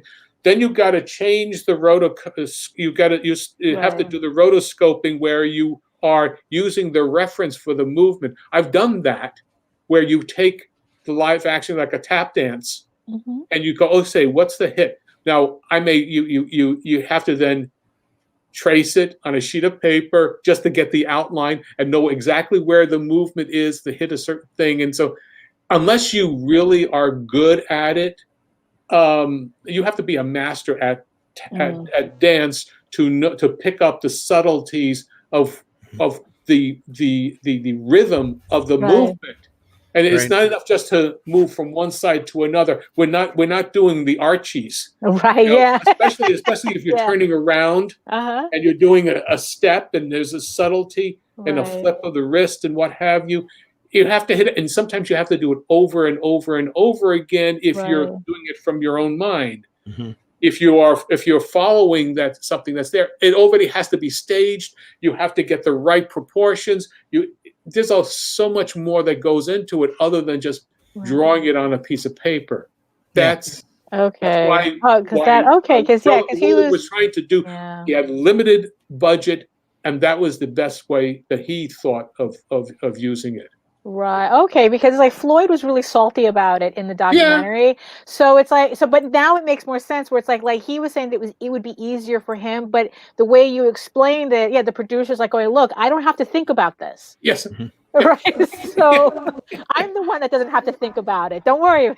Just trace it. Right? Yeah. I mean, Floyd, Norm, he's like about 20. 25 or 30, whatever age he was at the time. And Woolie is like in his late 60s, and so Woolie did the dinosaurs in Fantasia. Right. He also worked on Pinocchio. He worked on all of these things. He was there right from the beginning, and it was his organizational skills as a producer that Disney used. Right. To run the shop. Right. So, and they didn't have much money back then, and he was thinking, Woolie was also thinking, well, we only re-release these films every 7 years. So a new generation, by the time they hear or see this rotoscope stuff, it's not like you watch it the same thing every couple of months. Yeah. Okay. Yeah. So that was the thing. They just didn't. It's not like nowadays where everyone's doing a supercut on YouTube of all the copy. No, it was rare. Back then you didn't, right? Yeah. It was very rare to see it on the screen. Maybe they would rotate it, and then by that time they had maybe about 12 features, so they would rotate them every year and put in a re-release and then put in something new. Well, by the time you may have seen Pinocchio when you were 5 years old, they re-released it 20 years later. Right? So yeah. It's not the same. Yep. So Glenn says he'll see us next week. Glenn, I'll look forward to that. We'll have you back on next week. We tried. Absolutely no problem. Yep. Marv says, Glenn, at the beginning of the StreamYard, watch the mic. This is mine always muted before streaming. And make sure you're unmuted. Test your equipment before you come into the green room.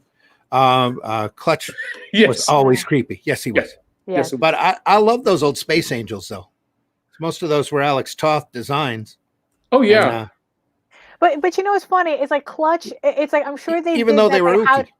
Yeah, they were. I mean, it's like it's something about like teeth being on something that doesn't belong. It's like there has to be a word for that. Well, that too, Oh, yeah. But where it's like they went so cheap, it became an aesthetic. Right? Like nobody was saying that, oh, this was going to take off as as some kind of like new animation style. It was just like, oh, this is something you guys are doing. Yeah. Yep. You And then as a stark Right. contrast, you had Bob Clampett doing Beanie and Cecil. Mhm. And that stuff's just amazing, just beautiful looking. There's stuff Right. happening all over, and so many adult puns that it's not even funny. I know. Gialoa Brigida, Yeah. Oh, yeah. no bikini at all. Look, oh boy, yeah, I know. We were watching those Bugs Bunny shorts yesterday, and there were jokes that it's like, oh my god, that's what they were talking about. Yeah. You know? Well, especially because then everybody went there, so it went to the theater, and Right. those Yeah. those cartoons were aimed at everybody. Yeah. So, and also the heyday of the Warner Brothers cartoons are basically the 40s, and so you had a mentality of depression Mm-hmm. and the war. Yeah. And so therefore there there's is a lot certain of kind that. of Yeah. gallows humor. There's a kind of like, Uh-huh. we got to deal with things here. I Right. mean, that's and then it got more he got more suburban, Right. as Yeah. as everything came, suddenly, it changed, and there's an aesthetic changed as people coming back from the war. They're Right. older now, and they don't, and those were all package deals anyway. I mean, the cartoons came with the package of, you ran this here and you did that, and that's the whole thing about this. Why the theaters and the movie studios were broken up in the 50s. Mm-hmm. Right. So which now that's reversing recently. So Well, yeah, it's like I'm looking forward to watching the latest Guardians of the Galaxy in a Disney theater. yeah, that's if you're lucky at this point. Yeah. They'd said an article yesterday about somebody was asking Spielberg and Lucas about the future of theaters and movies. It's not bright at the moment. It's not good at all. I mean, they were having a rough go at it to begin with. Glenn says, "Thanks, Marv. Thanks, Glenn. Well, we'll get those projects or those problems worked out. Yeah, Glenn. exactly. Just a matter of getting the software to talk to each other correctly, and we'll get it done. We'll have that conversation soon. So next week, I look forward to having you on, Glenn."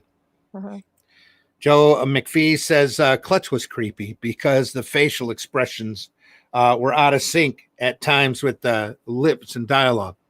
Laughing with eyes wide open. This is anger, looking like they were happy. Yeah, Just creepy. that was like a whole thing. That was just like. Cheers, Glenn. Take care. Anybody We'll talk to you next week. Crusader Rabbit? Oh, barely. Yeah, barely here too. Yeah. Oh, I remember. Yeah. That was like one of the first cartoons that I remember they made for TV. I did have kids in my. Go ahead, John. I was saying there was Crusader Rabbit, but there was also Colonel Bleep. Colonel Blink. No. Bleep. Nah. Okay. It was a space little guy running around, Colonel Bleep, and I'll definitely have to look him up. Yeah, exactly. Look up all those things. That's really early TV. But then I had a TV. My dad had a TV set in 1950, and I was 1 year old. So therefore, I'm right there. I'm born in 1949. He had a TV set, like in 1950. And the deal he made with my mom was that if he got the TV set first, then the next thing would be a washing machine for her. Oh. So, of course, yeah. Yes. Yep. So my mind is filled with Saturday night boxing and wrestling and whatnot. We had the only TV set in the neighborhood, so people would come by all the time into our apartment, and Right. I remember real early in my youth having Johnny Quest on Tuesday nights. Yeah. I distinctly remember that as a kid. Yeah. Well. Wow. Yeah. And I was going to say, one of the things that I love throwing my students off at the cartooning classes that I teach after school is to have them sit and draw Tom Terrific. Oh, yeah.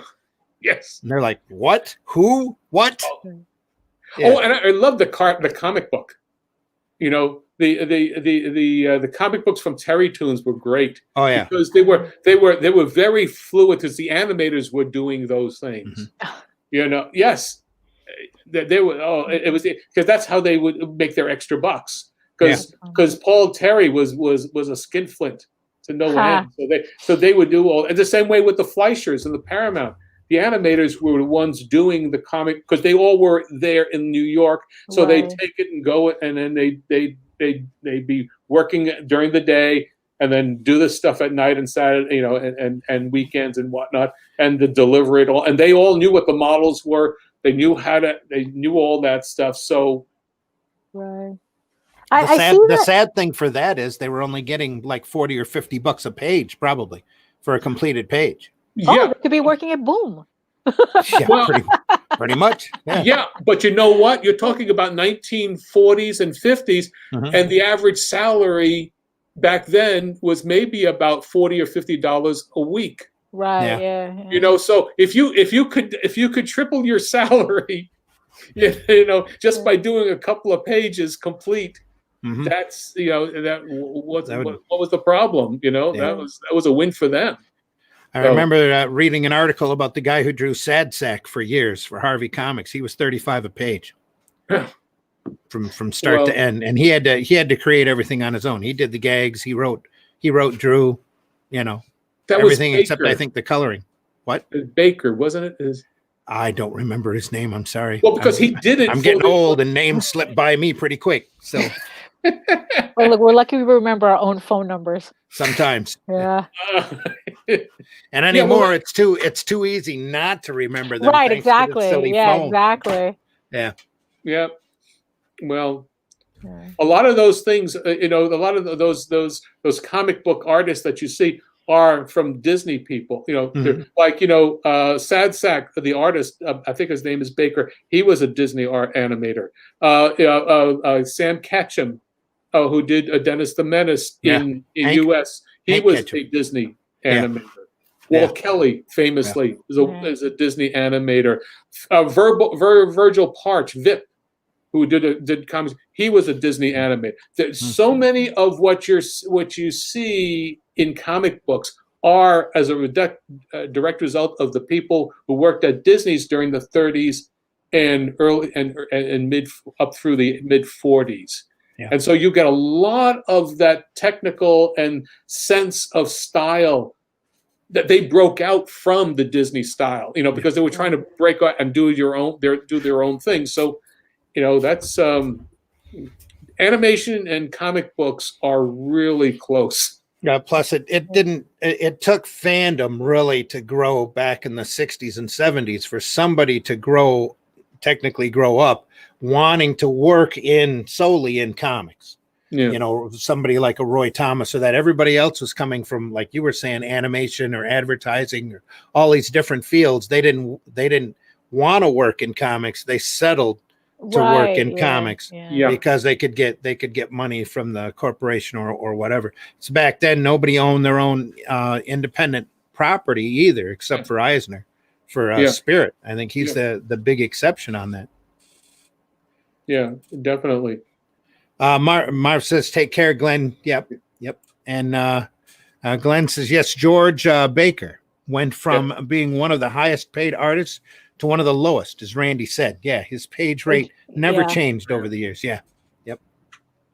But he was also, just like everybody else working back then, they were a workhorse.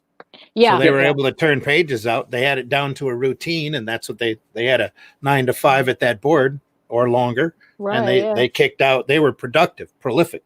Yeah. Well, because they had to be. Yeah, because they had to be. My training comes out of the old Fleischer and Paramount and Terry Toons system, where you had to turn out 25 to 30 drawings a day.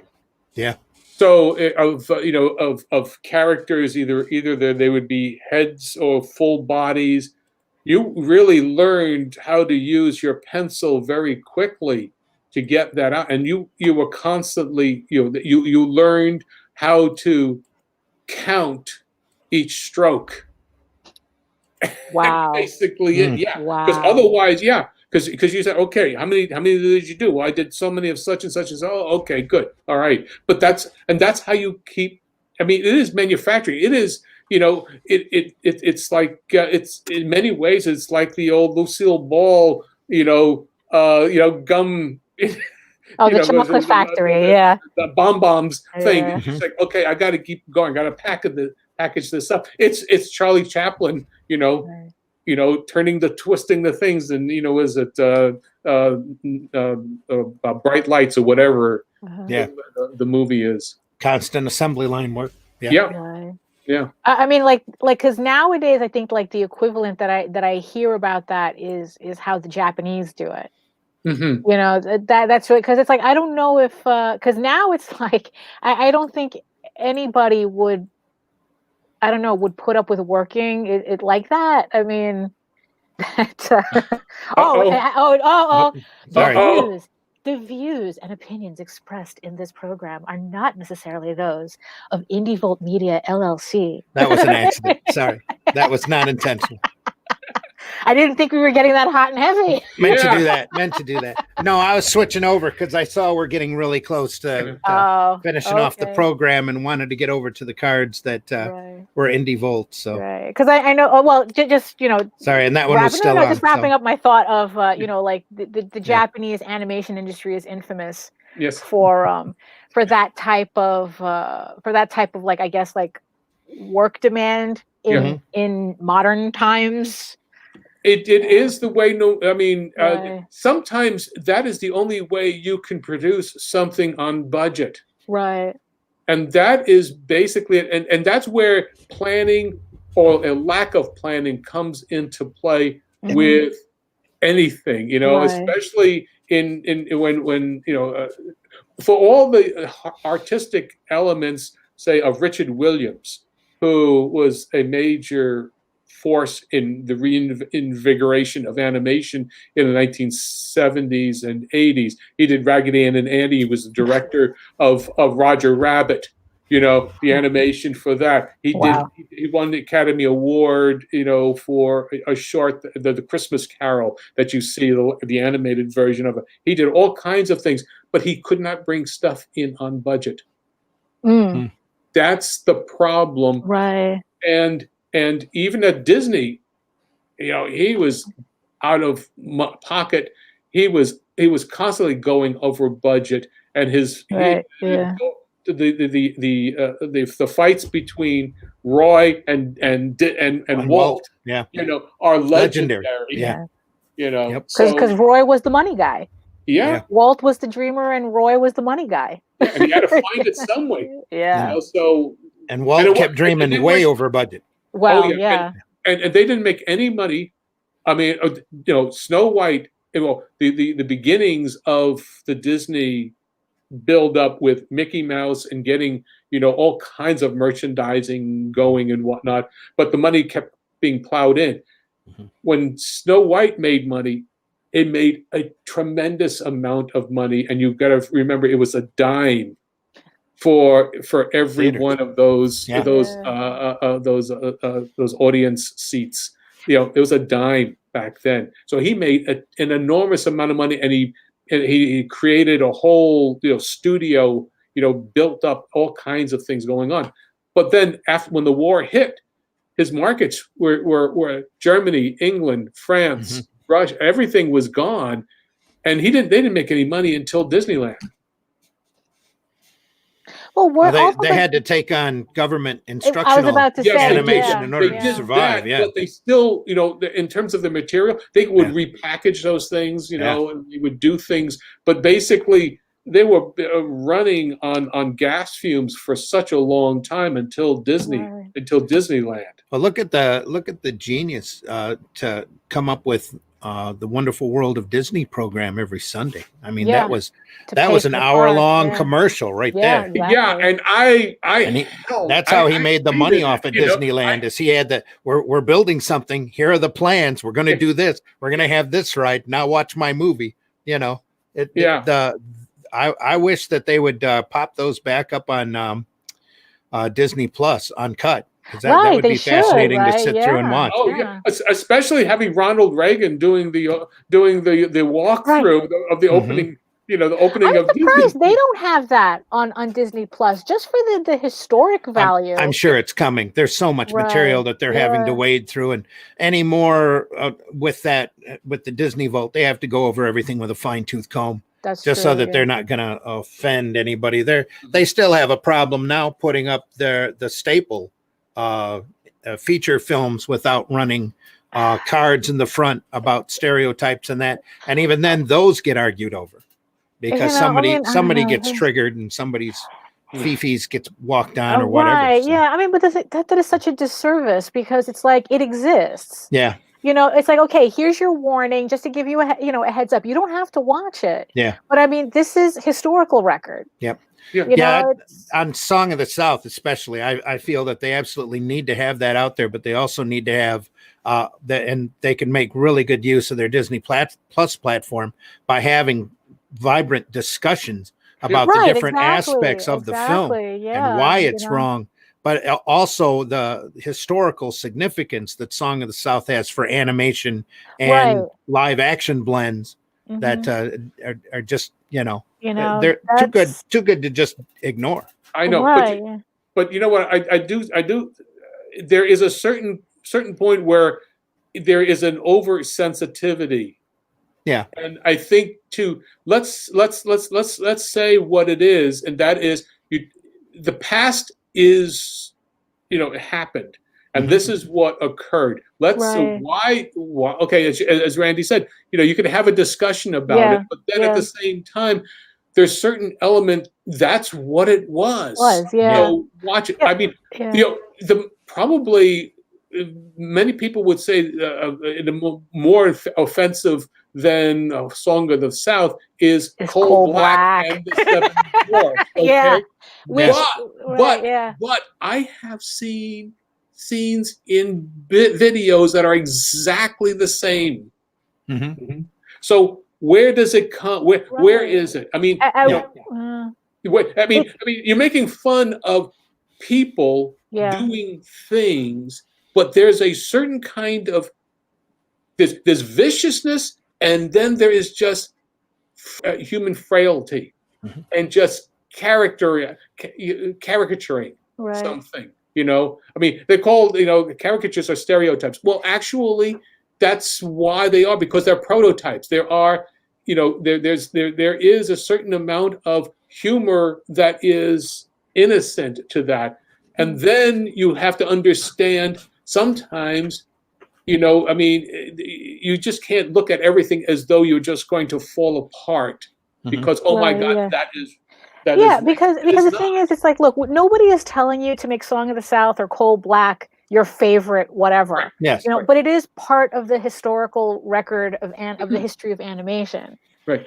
Just like we still talk about D.W. Griffith, and Birth of a Nation. We still talk about that. I mean, not just that, but it's a prime example of the mores and our social perspective at that time. Yeah. And that should not be ignored. It should be amplified up to modern empathy sensitivity levels. And it shouldn't be ignored, and we shouldn't pretend it didn't exist. Yes. Right. Because that creates a whole other issue. Because a lot of people, they want to pretend it doesn't exist. Right. Oh, if we never see it, it'll never happen. Right. And it's like, how's that been working out so far?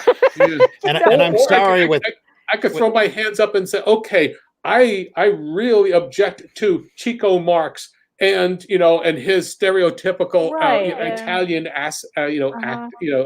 situation character, and then also with Harpo. Well, that poor guy, you're making fun of a deaf mute. Well, I mean, it's like, look, it's like they're people. I mean, you have. Let's place it. There is a certain point where you can't do anything. Right. Well, not only that, but if you go through and you start ignoring it, and you can see this now on YouTube, you'll find people, because it's never going to disappear. Right. Especially now, there's no way that you're going to make this material go away completely. Yeah. Somebody's going to have a radical copy that's going to post it on some platform somewhere, and if you point or if you ignore it, and then it becomes naughty. Yeah. And once it becomes Right. naughty, then And everybody then it starts becomes- looking for it and going, "Ooh, look at this! This is Right. naughty." Yeah, exactly. And instead of bringing it up, pulling it out into the open, pointing at it and Right. saying that was wrong, and that we have grown as a civilization I mean, like, I since know, then, and we know better. right. know. Well, I know that this is kind of like, I'm kind of reaching as this is an analogy, but it's kind of like how in Europe, children drinking wine is not an issue. Yeah. And here it's like you can actually get child services called on you for drinking, Yeah. for allowing Yeah. your child to drink wine. My mom. But then that's why Europe doesn't have as big of an alcoholism problem as the United States. Yeah. Well, yeah, that's it. I mean, It's that my naughty mom said, shiny. Here, Yeah. here's a little bit. Take a little wine, with a little bit Right, of yeah. soda. Here, take this, Uh-huh. and just Yeah. have a little bit, so that you get used to it and know what it is. Right. And that's it. I mean, That's why I mean- you have people here like, they're bugging out on their 21st birthday because it's like they're so desperate to just guzzle that crap that it's like, but I get to legally drink in the open now. Yeah. right, yeah. exactly. We're in Europe is like going, what's the big deal? You Yeah. don't understand. Yeah.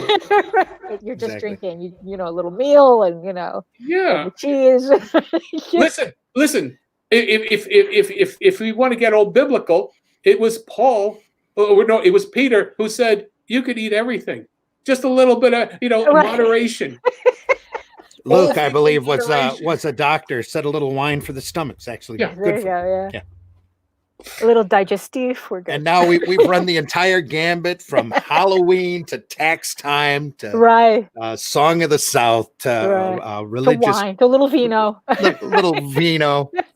We're going to have to close out this episode of Sunday Funnies. Right. We want to let everybody know that Indie Volt radio is available at indievolt.com. You can reach that through Streama app, or Google Play has an app, or even if you ask Alexa nicely to play Indie Volt radio, she might actually do that for you.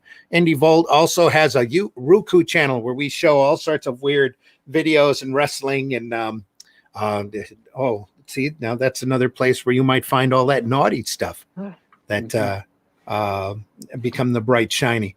But Indie Volt TV on your Roku box, always available, always streaming. Plus there's videos, longer form videos than what you would find on YouTube of the Indie Volt podcast. We are always interested in your input at Indie Volt Live at indievolt.com. Please include Indie Volt Live in the subject line, or even Sunday Funnies in the subject line. Please keep those emails to 90 words or less so that Varian has a chance to type them on a card, and we will address them at future broadcasts. And remember, no questions too silly, no questions too serious for our podcast. We love talking to you and educating you, because our feedback will be better because of your setback. Hashtag get an education.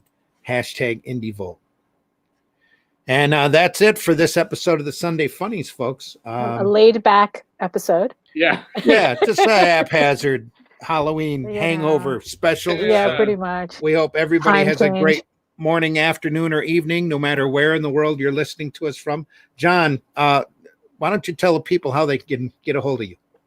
You could see me on John Celestri on Facebook, on at Celestri John on Twitter, and on my YouTube channel. That's John Celestri, and on the Indiegogo, in demand, John Celestri, JohnCelestri. I'm not changing it now. I'm not check that out. renaming myself. Daphne, how can folks get a hold of you? Sure. If funny animal fantasy is your thing, go to talltalesonline.com. That's TAILS, and sign up to get the first 3 issues of Tall Tales as downloadable PDFs for free. But you can read the entire 560 pages that I have so far It's a nice on thick the book. website. Yeah, exactly. Actually, I'm sold out. I sold out of well, forget of the that then. trade. Yeah, it's completely luck. sold out, but we will bring it back in a different format, though. And if you're also interested in art tutorials, demos, and the occasional live stream, you can find me on YouTube at Daphne Lage, Lage Art. the occasional Adobe Comic Blast rant. Yeah, exactly. And the occasional find it over there. And the occasional rant, yes. Marvy says it was a great show as always. See you next week. Have Bye. fun and be safe. Absolutely, Bye-bye. Marvy. You take care. I've been your host, Randy Zimmerman, for this show of Sunday Funnies. You can find me over at Facebook under Randy Zimmerman. I've been getting a lot of international friends over there lately, and it's been a lot of fun. Great stuff, great material from folks all over. I love seeing that stuff. I'm over on Twitter as Randy Zim. I don't tweet very often, but when I do, it's Randy Zim over there. Plus, I do have a YouTube channel I don't contribute to often enough at the Zim Geek channel, ZIMMGEEK, where I also talk about cartooning and other things comic book related. And the Indie Volt podcast here. Our Indie Volt podcast, our main podcast is on Saturdays. There we go. Tuesday nights at 9 p.m. Eastern time, where we do the main Indie Volt podcast. Then Thursday mornings at 9 a.m. Eastern time, we do the Breakfast Buzz. And also here on Sundays at 9 a.m., we have the Sunday Funnies, where normally we talk about the lighthearted, more whimsical side of comics. And wine. And not necessarily taxes and wine and nudity and that's racism. What happens when you get a 70-year-old. There we go. Any last words from anyone? Last words. There we go. Last there we words. Go. That'll do it. Arrivederci. All right, everybody, take care. We'll see you soon. We are coming back. I should make special mention that we are going to be on Tuesday nights. Because Tuesday night here in the States is such an important election night. And I'm using air quotes when I use important, because this year the election results might take days or weeks, or we'll get a vaccine before we another get elected. another Supreme Court decision at the rate it looks like it's going. Yeah. But we'll see how it goes. We are going to have a special election alternative special on Tuesday nights from 9 p.m. to at least 11. We might even go longer than that if we get to talking, because you never know. You never know, where we won't be talking politics when we'll be trying to talk comics and the business of comics over there at Tuesday nights on Indie Volt. Also available on Facebook, available on the YouTube channel. So if you're listening to us at the YouTube channel on Indie Volt, please hit that like button. Please subscribe. Hit that bell for notifications, because you never know when we'll cut in on something special or who knows. I should also mention, speaking of special, our Wednesday nights at 9 p.m. Eastern time, we do have Geekgasm back again. The Indie Princess will be back on the air talking about comics and media from a female perspective. I did not want to leave that out before we left. So remember the nines. If you're on Indie Volt Radio, you might check for us at 9 a.m. or 9 p.m. Eastern time, wherever you are in the world. Adjust your clock accordingly, and you might actually hear us back on, or some of us talking about comics. So we hope everybody has a great rest of their day. We will see you soon. Everybody take care, stay healthy, and see ya. Thanks for being here.